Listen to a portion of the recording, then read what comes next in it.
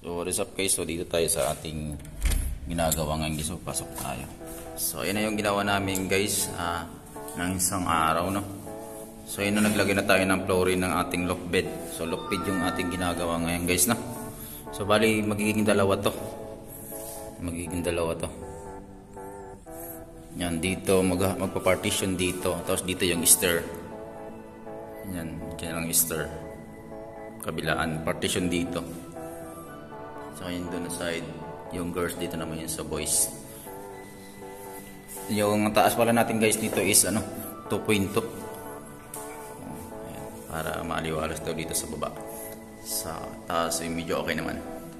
Then maglalagay na lang tayo ng railings guys, no, dito sa harap. Hanggang dito yan, tapos dito yung stair ng ating hagdan, no. So medyo patayo konti yung ating hagdan. Catwalk, tinatawag na catwalk yung ating hagdan kasi maliit lang yung distance. So magiging catwalk lang siya. Ayan na siya. So din ang kisame, next day na natin yung guys, no. Din yung flooring, mamaya darating na yung plywood, no.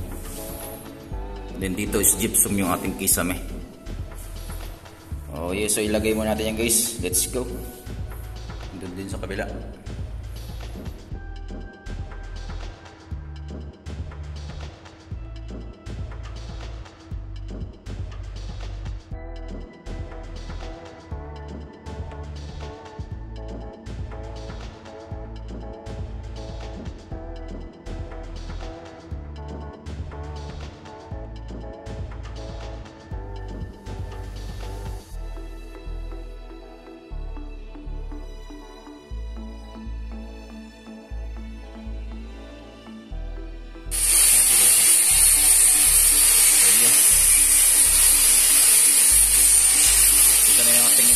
Dalawa, tapos may partition dyan, diba?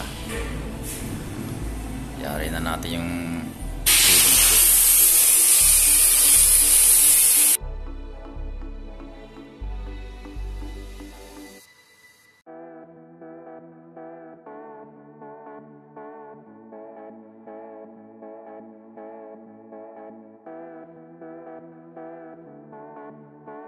So yun na guys, na magsisimula na kami mag-flooring ng marine natin guys. Ito yung marine natin, Ayan, tirahin na natin yung flooring natin. Doon tayo mag-start, papunta dito 8 feet. And then ito yung 4 feet sa gitna natin, Meron tayo yung 4 feet din. Ayan, so dito ako sa taas, And ito yung partition na ginawa natin. And natin sa gitna. Alright, update na lang guys pag tapos na natin na flooring. What is up guys? Pasok tayo. Oh yeah, so ayan na yung update natin guys sa ating ginagawa dito guys, loft bed and partition.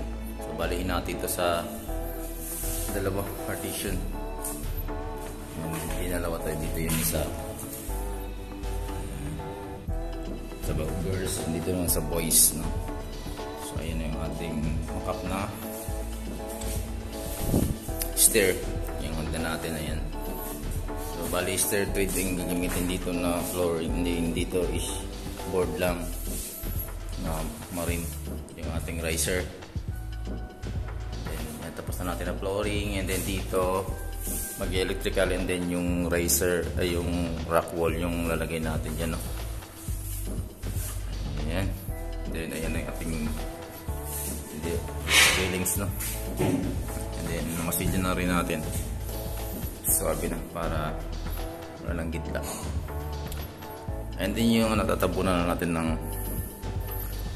para mag soundproof siya, So insulation, then isa-sealed muna natin siya bago i-insulation. And dito board up na siya. Then dito na lang, dito na yung mamaya yung amin gagawin. Mag-scaffolding kami dito mamaya. Oh yeah, din yung smoke, baba natin yata yun. So medyo mataas dito yung kisame. So that's it guys, So ito pala yung beam is babalutin na lang ito ng board.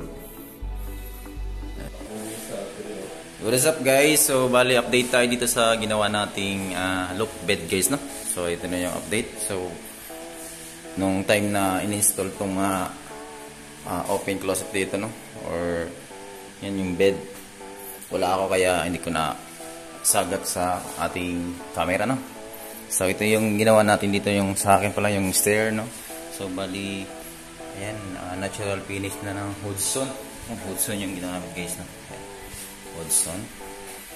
And then yan, retouch na yan guys, no? Ng green. Hindi talaga maiwasan yan. Tapos dito okay na yung ating lock bed.